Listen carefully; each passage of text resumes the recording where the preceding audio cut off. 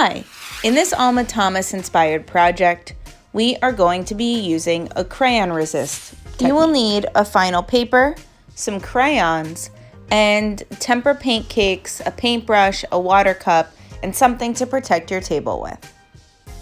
After I get my supplies together, I can get started. So first, I want to pick a color and draw a big circle in the middle and color it in. I use a crayon for this step.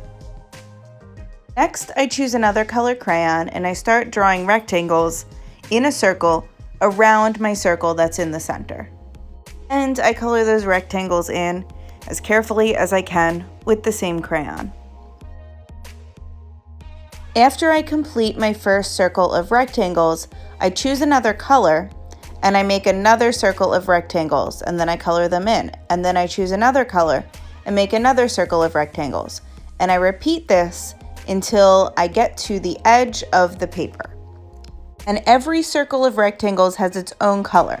It's okay to repeat colors as long as I don't put a purple circle of rectangles next to another purple circle of rectangles, or any other color like that.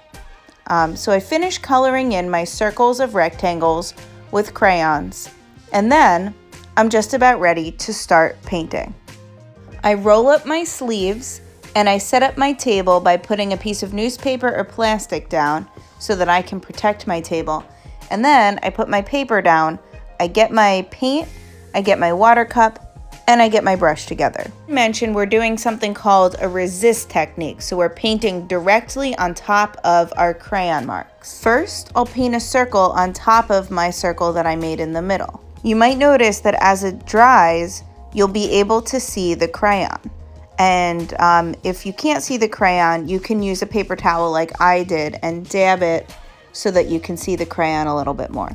Then I pick another color paint and paint around my second circle, my circle of rectangles. I can dab this as well. And then I clean my brush again, I paint another circle, and every circle of rectangles gets its own circle painted over it.